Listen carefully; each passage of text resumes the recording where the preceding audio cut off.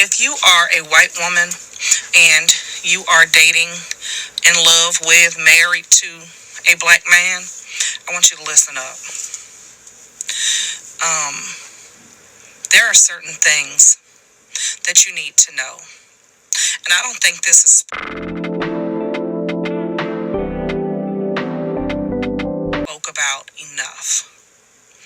But the most dangerous thing in this world are the tears of a white woman. And if you truly love the black man that you are with, you need to know that you need to have his back and protect him at all costs, including protecting him from yourself. And what do I mean by that? My son was dating a white woman. My son is biracial.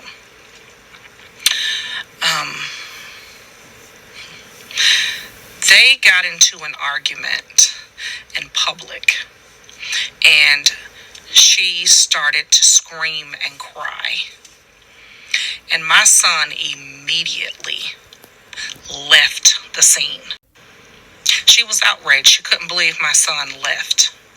My son left because my son knew that if he stayed there and this woman was crying and screaming at him, a black man, there was not going to be any questions asked. He was going to be thrown to the ground. He was going to go to jail. It was not going to be any questions asked because this white woman was crying and screaming about him.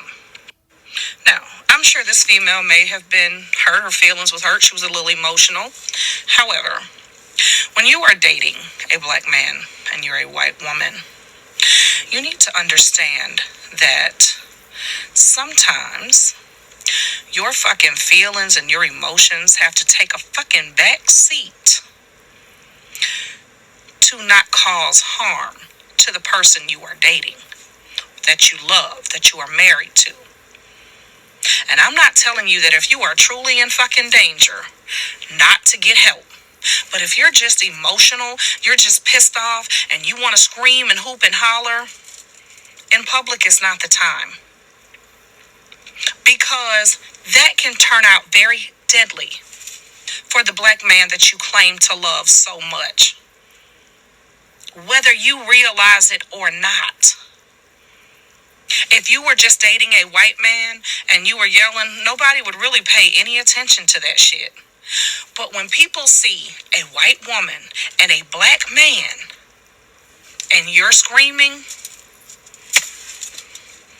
all hell will break loose. Because when white women cry, everybody responds. Even if the shit is stupid, even if it's frivolous, even if it's a lie. The most deadliest thing in this world are white women tears. I have said this time and time again. And I learned this very, very early in life. I grew up in the projects. I was raised by two wonderful black women that helped my mother raise me.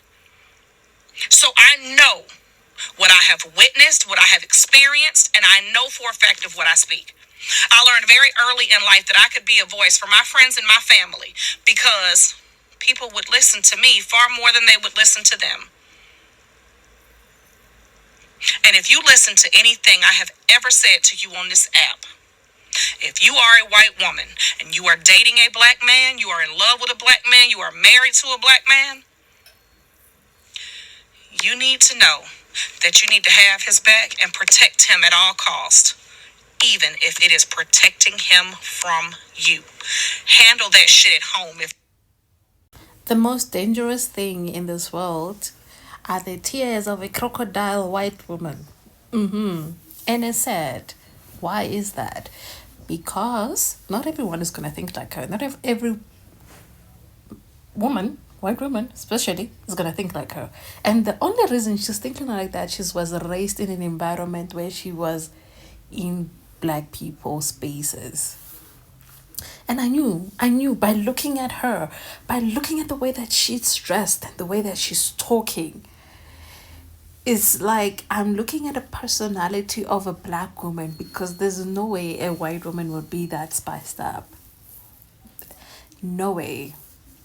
The only way she looks that way and talks that way, it is because she's in the spaces of black women. And I knew, and that is why I kept on listening to her, because something captured me.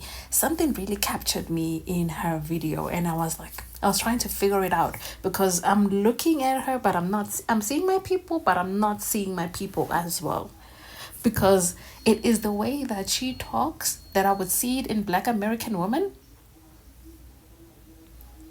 and then I'm seeing it in her.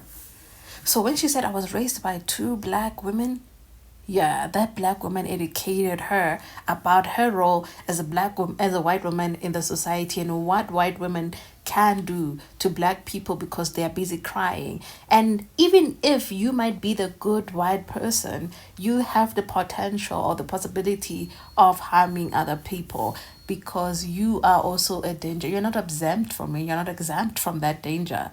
In fact, you're closer to it by you being white. So by listening to her attentively, because,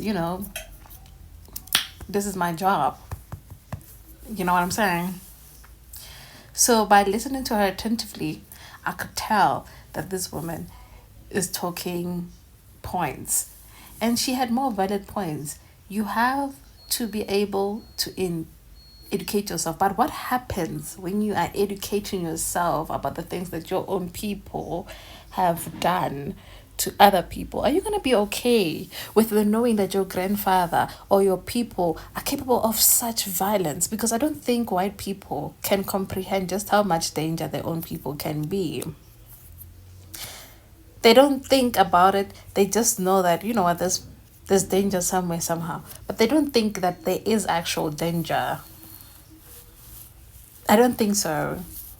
I don't think they actually know that they have the possibility of being a potential threat, a potential danger to actual people, because they don't want to believe it.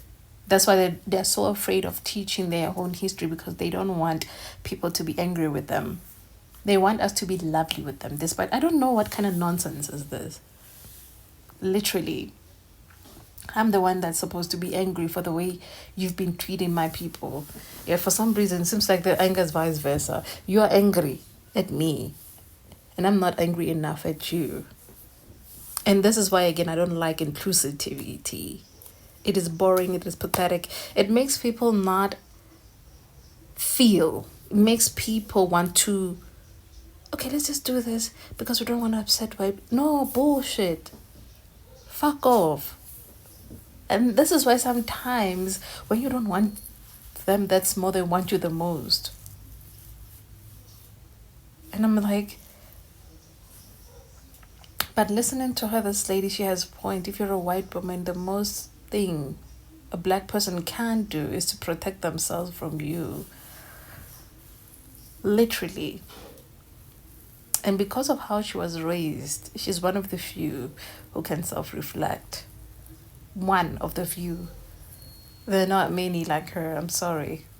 She's one of the few that can reflect. And because it started young, but still at that, I'm still going to play an arm's length. I don't really like things of such. But I'm still going to play an arm's length because that's who I am. And I don't do like that with white people.